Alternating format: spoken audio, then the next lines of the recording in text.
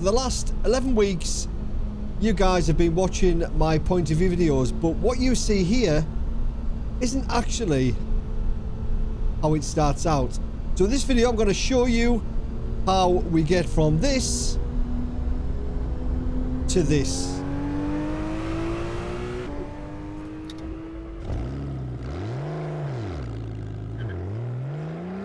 Hello everyone, welcome back to the Traxion YouTube channel. Now, as you heard in the intro that you've just seen, in this video I'm going to explain what I do to create the point of view videos and what steps I have to take to make sure that the viewing experience is as good as it could possibly be for you guys. And I wish it was just a case of flicking a switch and the room being transformed, but unfortunately it isn't. So firstly, I'll give you a brief overview of the equipment that I use. So to record the footage, I use a GoPro Hero 7 Black. Now, I chose this GoPro because it's got a live HDMI feed out.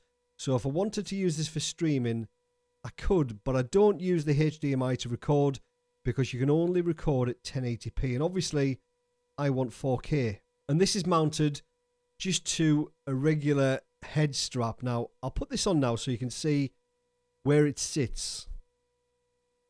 Don't laugh.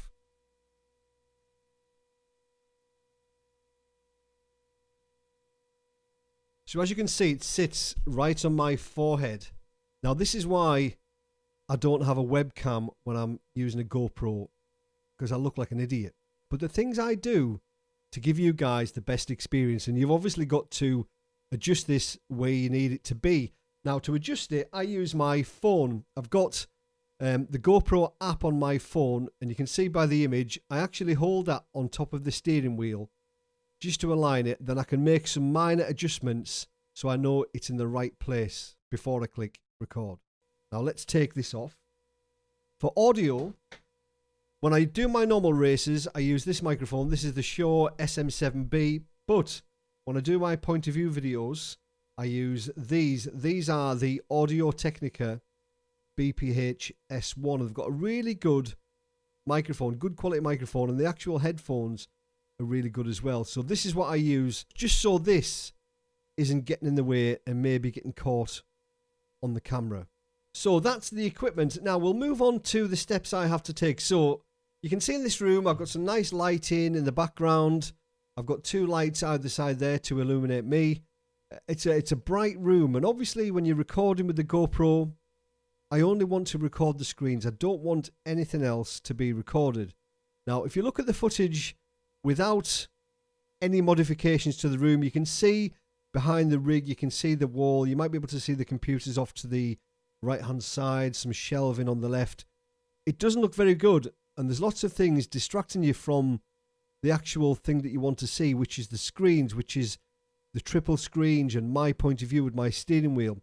So all that needs to go. So I use some black fabric and I place this around the room. You can see me putting it on some shelving underneath the rig, on top of the Go XLR, anything that illuminates light or might reflect light. I've also got two big black pieces of card which I put down the side of the rig.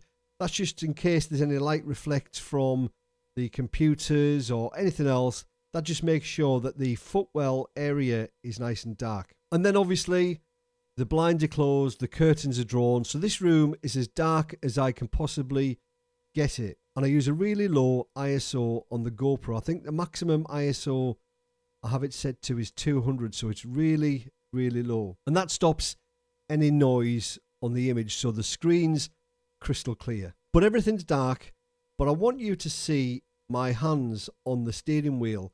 So what I do is I get a tripod, place it behind the rig, use one of the lights which illuminates my face, this one up here, transfer that onto the tripod, and that then shines some light on top of the wheel rim and my hands. So you can see actually what I'm doing as I'm driving. And when all that's done, we are ready to race. So we've got rid of the light.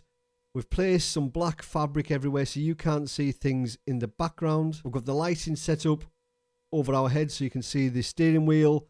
Then it's time to start recording. But obviously when you use the GoPro, I can't use this microphone and it doesn't capture the game audio. So those are captured separately on OBS. And then later on in the edit, I've got to sync them all together. But I've got a really handy trick to make that job much, much easier. We have the GoPro recording now, and I'm recording the audio through this microphone here. Now on OBS, this would record my voice and the game audio, but I'm not actually recording or capturing any image. The image comes from the GoPro.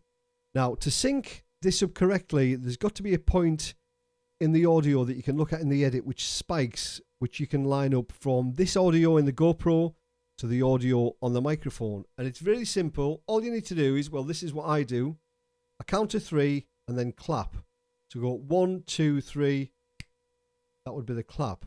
And on the clap, that is when I sync the audio. I'll show you what that looks like in the edit.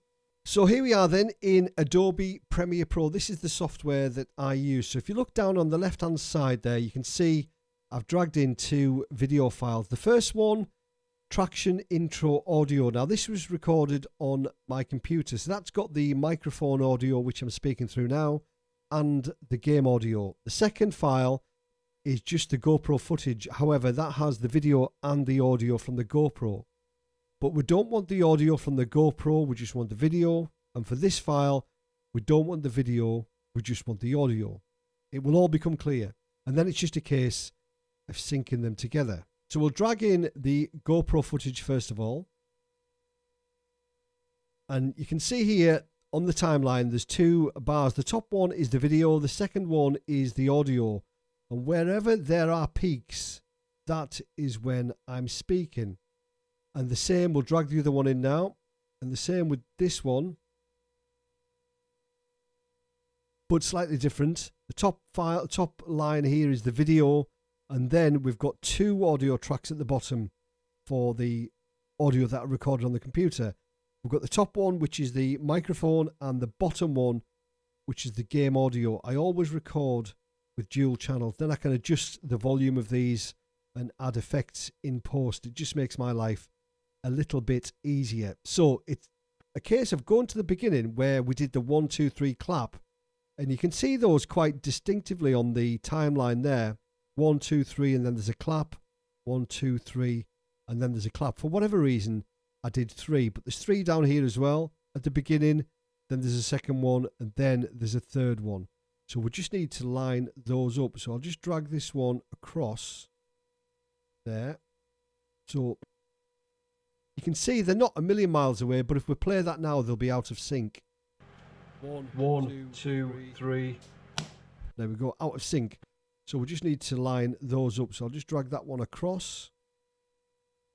That shouldn't be too far away, maybe a little bit more just to the right there. And that shouldn't be too far away. So we'll play that now. 1, 2, 3. There we go, perfectly in sync. Now you can see this big black square. This is the video file from the computer. We don't need that. So what I'm going to do now is I'm going to unlink these ones here. That means I can just delete the video file, which just reveals the GoPro footage underneath. And we don't need the GoPro footage now either. If we play that. 1, 2, 3. They're in sync, but we don't need it. So we can unlink that one and get rid of the GoPro footage. So all we are left with now is the video footage at the top here from the GoPro. We've got the microphone audio from my computer, and the bottom one is the game audio. So now I would link these together so they don't budge. And if we move on to somewhere where I'm speaking, I've been watching my point of view videos. So there we've got the audio from my microphone, and what we can do, we can increase the engine audio if we wish. But what you see here, that's a bit better, isn't actually easy as that, how it starts out. And then after that, it's just a case of editing the rest of the video. When the audio is synced, the rest of it is pretty straightforward. But as you can see from these clips, you can't really see anything in the background, and that's what I'm trying to achieve. I want it to look like you're in a car. I don't want the illusion ruined by seeing a pair of my trainers on the floor, or the rig, or the Go XLR. I want it to be complete darkness apart from the screens and the steering wheel. Well, I hope you enjoyed this video, a little bit of background into what I do to create the content that you guys see every week. As always, thanks for watching. Have a great week. Keep it pinned.